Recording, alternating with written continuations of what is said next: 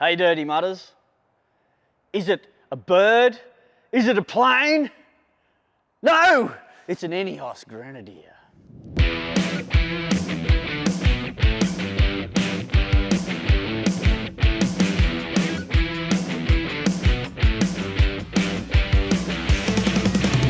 Folks, I'm going to be taking you on a bit of a trip around the new Land Rover Defender replacement.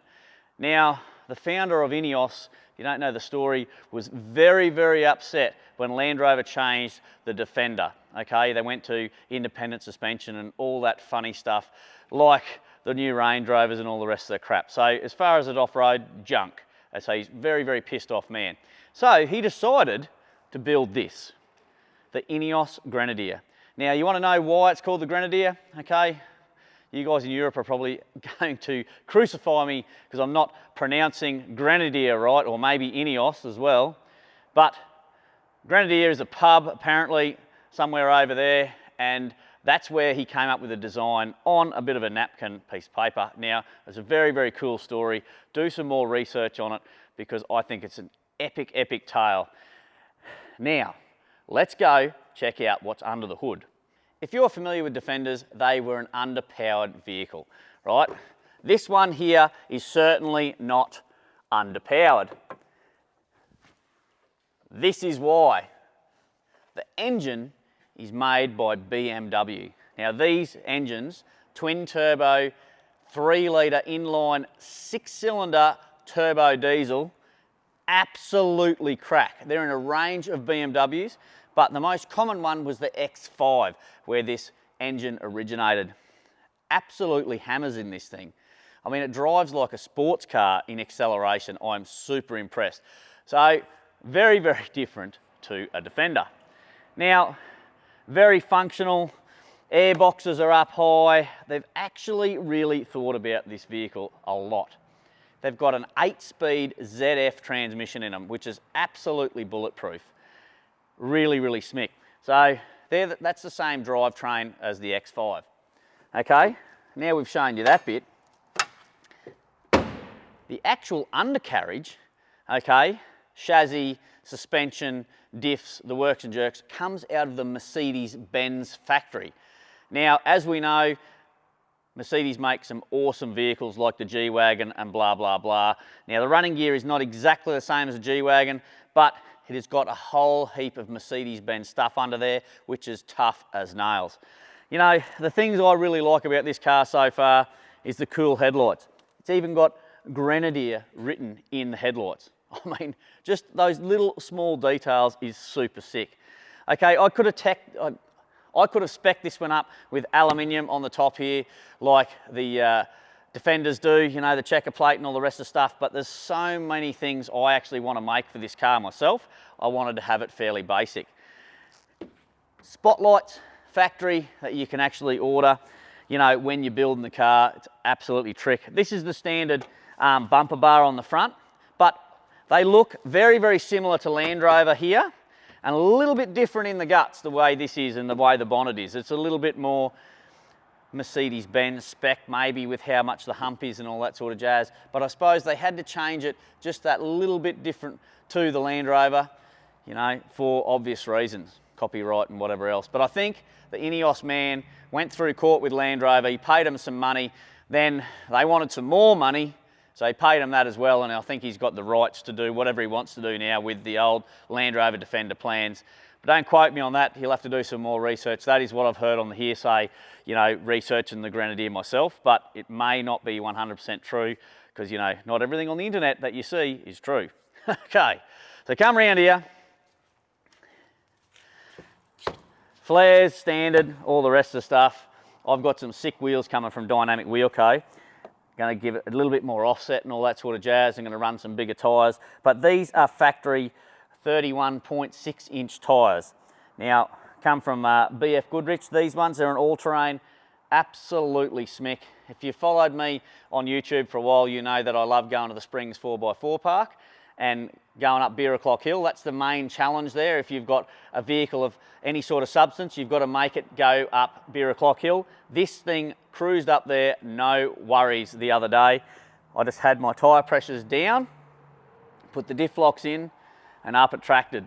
The only thing I can say about this so far in stock form, it bellies out with the little tyres on it. So once I do a bit of a lift, bigger tyres, that issue should be solved. But I had to straddle the ruts to actually get some traction on 𝗬𝗢𝗨𝗕𝗘. Guys, because it's an NB1 category car, and what does that mean? It's a medium goods carrying vehicle, okay? These are Cat 6 indicators. One thing I do not like about this with Grenadier though, in a snorkel, really? Really? What is the point of having that as a snorkel if you're going to drill a hole in it? Can you please tell me that? Hello? Hello? All right? Anyway, I am going to have to come up with an idea to fix that. Mirrors aren't huge, but they are doing the job super smick. Okay, one thing I love about this car is the aircraft track down the side like we put in our canopies. Super cool. You can get heaps and heaps of attachments for it. Run some shovels, you know, recovery boards, all that sort of stuff off the side. I'm actually going to come up with some little features, maybe some tables and stuff that come up off the door. So if you're cruising around camping, you can actually put some stuff on there, and especially when you put an awning on your vehicle and all the rest of the jazz. So stay tuned for that. It's pretty sick with those things. Now, one thing that this has got above the rest of a lot of other cars, I know Ford is onto it now with the Raptor and the Jeep is as well. They've actually got your switches that you can run some accessories on, like spotlights and all that sort of stuff, and they put a big block up in the engine bay, and you can actually wire all your accessories to those, and you can switch them from the factory switches. Now this car is the same, but they've taken it to the next level. All right, because this is a trial master, which is the, you know, diff locks and all the rest of the stuff, they come standard with a dual battery system, okay?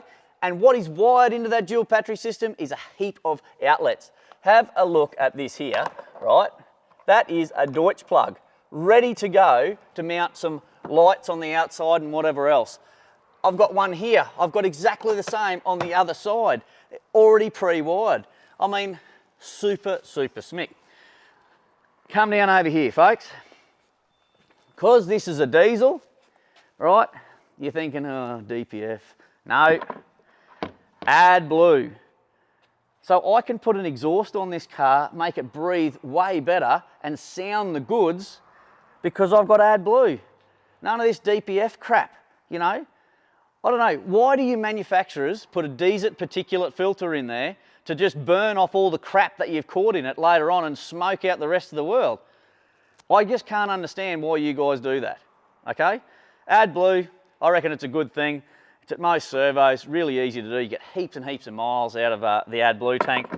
So, I mean, that's a plus for me. None of that DPF shit.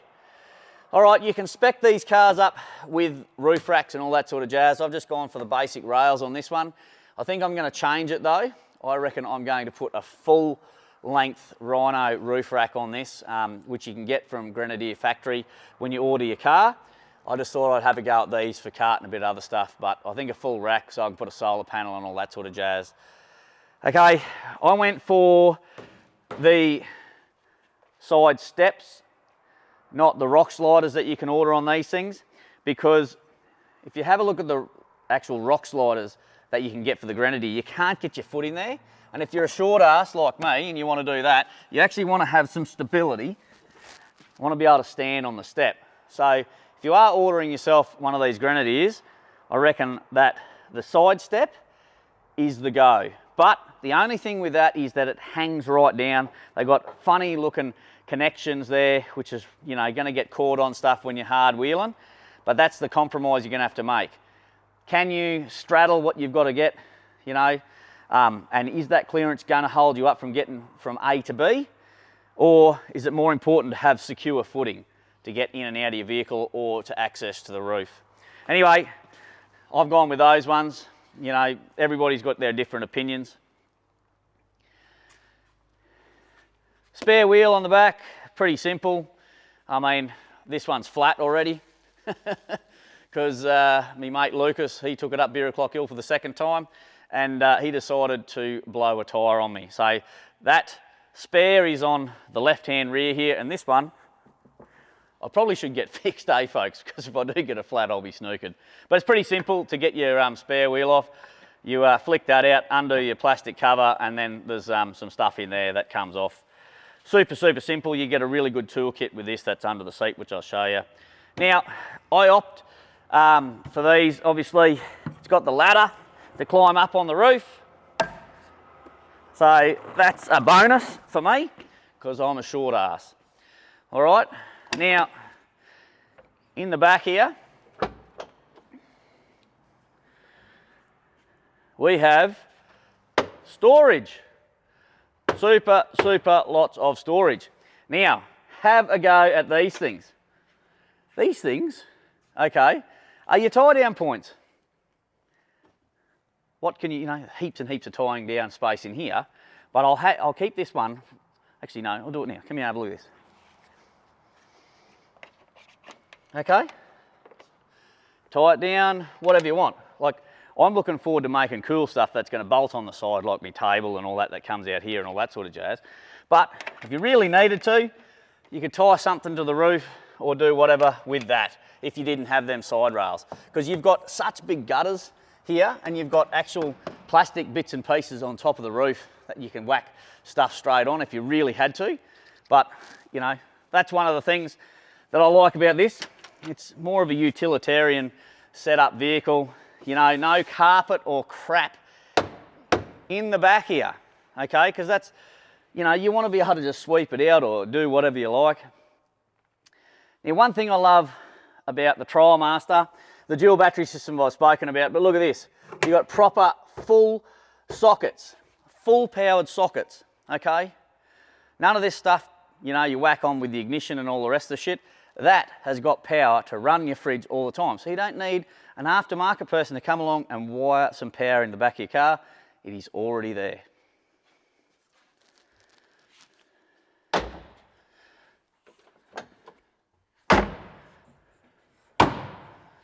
You really have to close these doors properly because the seals on them are phenomenal.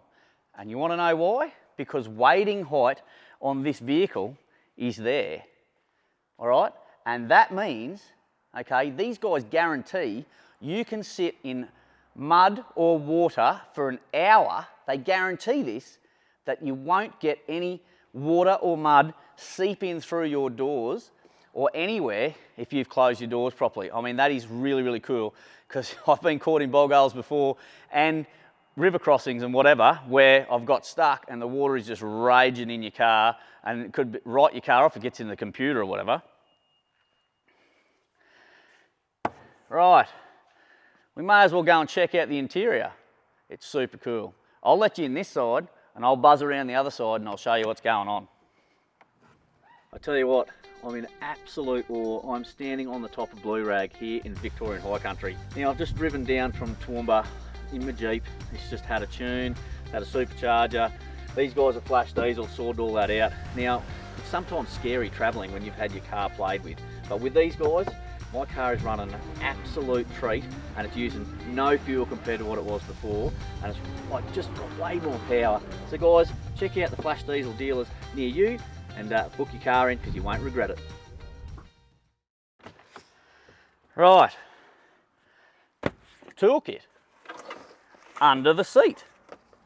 Yeah, what have I caught it on? Toolkit under the seat. The only thing I've added to this toolkit is my tyre deflator. Now, comes with a bit of everything. Obviously, to get your car undone, comes with some spanners, comes with, obviously more spanners, screwdriver, all the rest of the jazz that you require to do what you need to do on the side of the track. It got us out of trouble the other day anyway, so that's the main thing. Nothing like, a good toolkit to play with. I think most people will understand me there. You don't want to be caught short without the right tools. So Grenadier have actually put in a decent toolkit, so not bad. Let me get in here. Recaro interior. Yes, you heard that correctly. Recaro seats. The comfiest of comfy seats, I can tell you. Now, you can up-spec it to leather if you want to, but I've stuck with the cloth. I really love the grey, the light grey and the dark grey together. It gives it a nice sort of, you know, look. Right, so someone short has been driving this car, probably my wife. So I'll jack that down. So a bit similar to the Jeep. It's got normal style, jack your seat up, jack it down, forward and back, all the rest of the stuff, and then obviously you've got your thing here to move that backwards and forwards. One thing I really love about this car is that it's got a proper high-low range gearbox in your transfer, okay? None of this, you know, press button for four-wheel drive. You actually get to feel it properly, and it's a proper dog gear too, like the old school four-wheel drives. Once it's in, okay, it's not hydrostatically driven, so it hasn't got clutch packs and all the rest of the stuff like the Jeep, for instance. This one is actually more old school and less techy than the Jeep. It actually, like I said, dog gear, goes in and it's a set of gears that drive. So none of these clutch pack bullshit and whatever else. So if you get your oil hot in your transfer cases, you know, it's going to slip the clutches or whatever else and burn them out. This is proper old school. Now, if you're looking at this little gear stick here, yes, it's BMW. So how cool is that? It's super, super simple to use.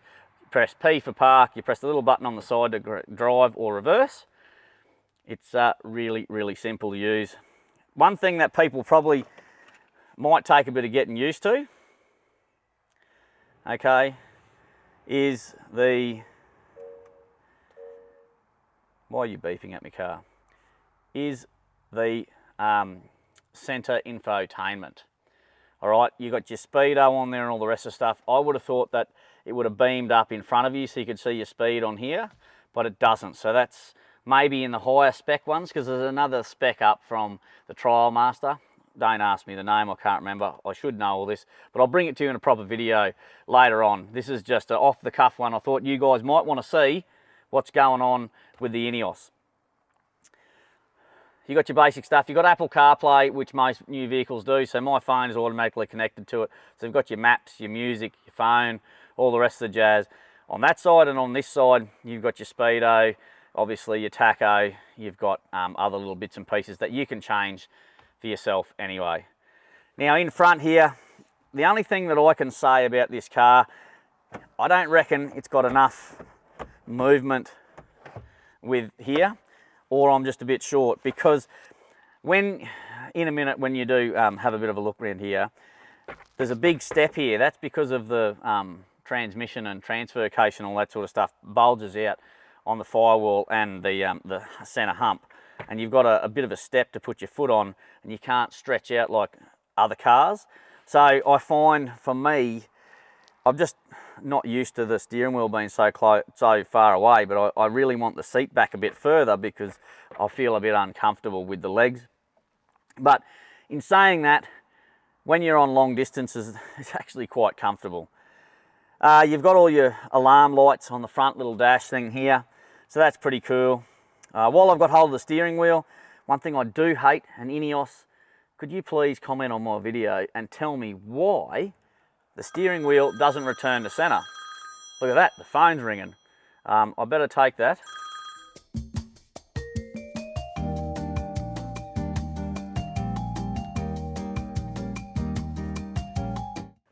There you go. It's, as you can see, the phone works and all the rest of the jazz. Oh, that's funny. One thing, Ineos, can you please tell me, why does the steering not return to center? And you have to physically turn the wheel when you do a really tight corner. I mean, that just takes a bit of getting used to. I'm used to it now, but can you tell me, is there a safety function of that? Is that for when you're off-roading and maybe it's going to catch a stump or something like that and it doesn't rip the steering wheel out of your hand and break fingers? I'd just really like to know why you've set it up like that. because my old 80 series is a live axle. My old GU is live axle. It returns to center. I don't have to keep turning the wheel every bit I do. So that's a question I got for you guys. And they've obviously got different rules in Europe and maybe for the cities here in Australia, but you've got a bicycle horn. Get out of the way, get out of the way. For me, I'd rather just this big one. Get out of the way! That's more my horn, but you've got two to choose from. I won't be doing this one. That's mine. Anyway, that's pretty cool. You've got two horns. You've got your stereo control over here. You've got your cruise control over here on the steering wheel. You've got Grenadier written in the steering wheel as well. To me, it's an ugly steering wheel. I reckon you could do better, Ineos. I really think that, yeah. I like this little hump in it here. I don't mind this bit, but the centre bit, like, use your imagination. You don't just have to have a circle. Right, this one here has got a compass in the middle as well, just in case you're lost and you need your bearings. It's got every bit of information on that, which is pretty cool. Now, holy shit bar, folks. This has a holy shit bar. So, for you lovely ladies out there, or lovely husbands who love rocking the passenger seat, and your crazy partner is driving, you've got something to hang on to. I know that all my passengers see the holy shit bar and go, phew, I've got something to hold on to. But yeah, look, handbrake is on the correct side, obviously, because old mate's English and he likes right-hand drive cars more than left-hand drive. So I'd like to know what is the go with the European spec. Do they actually move the handbrake to that side for you, or do they let you reach across the big console and have to pick it up from the opposite side like I have to do on the Jeep? That's something there. If you're watching from overseas, could you shed some light on that for me? Maybe flick me some footage or some photos in the comments below so I can see. That'd be absolutely fantastic. Now, another thing I've got here, like you've got this little dial here, but you've got little buttons here to press through what you need, blah, blah, blah, and you can, you know, go through it all with that. Like I said, I'll go into that more techie stuff later on where I do a proper video once I actually know more about the car myself. While we're up here, have you got service there in the control tower? It's Reuben ready for takeoff in the Ineos. I'll just flick the power thrusters on. Oh yes, and autopilot because I don't know how to take off. Oh, I'm ready to go! Folks, it's like an aircraft in here. You've got this mad big set of switches up on the roof, which it's a novelty to me. I reckon it's pretty cool. You know, you've got these little metal things here to stop you from bumping the switches. I don't know, but it looks sick in my opinion. A couple of the buttons that you got up here, you've got front and rear lockers, which is mad. You've got your off-road mode, and then you've got waiting. Now, I worked out this waiting button is super, super sick. So they might not guarantee you if you go into the water without pressing that button about, you know, you can sit in there for an hour. That thing there actually makes the aircon pump a whole heap harder and pressurizes the car. I mean, how cool is that? That's a feature I haven't come across before. And, you know, for a little old Aussie over here in a small town, 𝗬𝗢𝗨, that waiting button is super cool. Now, obviously, you've got downhill assist and you've got electronic stability control off. Now, that's the best button you could ever have in a car, that ESC when you're forward driving. It just turns everything off. And anyway, look, as soon as you put it in low range, it turns that off anyway for you, so it's sick. Interior lights, okay, and you've got your sex lights. You're probably thinking of me, what the hell are sex lights? You'll have to ask your grandparents or your older parents at the drive-in movies, okay? They're the sex lights.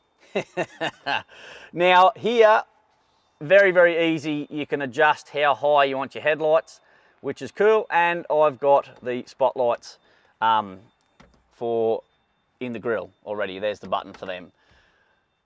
So guys, there's plenty of room in the back as well, which I'll morph into the back seat in a minute. But it's quite a comfy seat. If you've ever sat in Recaro seats before, you'll know exactly what I'm saying. Now I've got the seat fairly back, all right? So it's about time I morph into the back seat and I'll show you how much leg room I've got. Ah, I'm in the back. Now, plenty of room. You know, my knees aren't hitting the seats, you know, all the rest of the stuff. But I'm only 5'8", but I'm a fully grown adult, no weigh 90 kilos. Oh, zippy tie. The things you find. Not a huge guy. If you were 6 foot odd, you might be rubbing your knees on there and all that sort of stuff, and you might have to ask someone to move their seat forward. But for myself and my kids and our family, heaps and heaps of space. You've got chargers back here, which is good for your mobile phones and all the rest of the stuff. And you've got your air vents as well, which is super cool. So there's nothing worse than not having any airflow at the back here for your family. The seats here are super, super comfy as well, right? But I'll show you something that is underneath this seat, which you guys are gonna love. Have a go at all that. You've got your C-Tech charging, you've got your fuses and everything here as well. Your crank battery is over here, and I'll jump off here.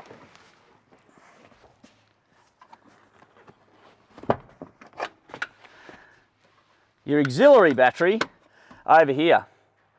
So how cool is this? Dual battery systems, everything is wired super neat. You show me an aftermarket job that is as neat as this. I mean, you just can't. They've thought about what they've done in the Ineos Grenadier factory super, super well. Anyway, guys, I hope you've liked this video. I'm going to let you have a bit of a look around at the dual battery systems and the rest of the car. I'm going to let you guys have a bit of a look around at the cool features I've just spoken about in the next couple of minutes on the video. But I hope you've enjoyed this little snippet of what the Ineos Grenadier is all about. And if you have, make sure you hit the like and subscribe button and click the little notification bell so you don't miss out on any of our future videos. I'll catch you on the flip side.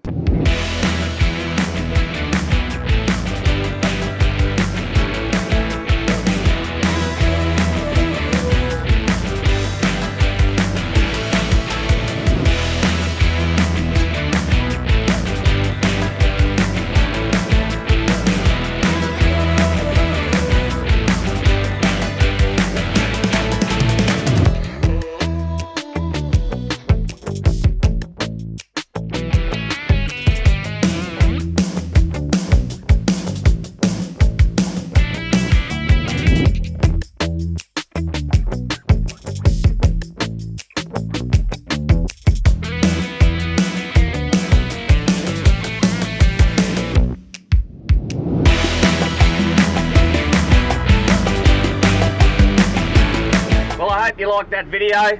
Make sure you hit subscribe or you're going to get bogged.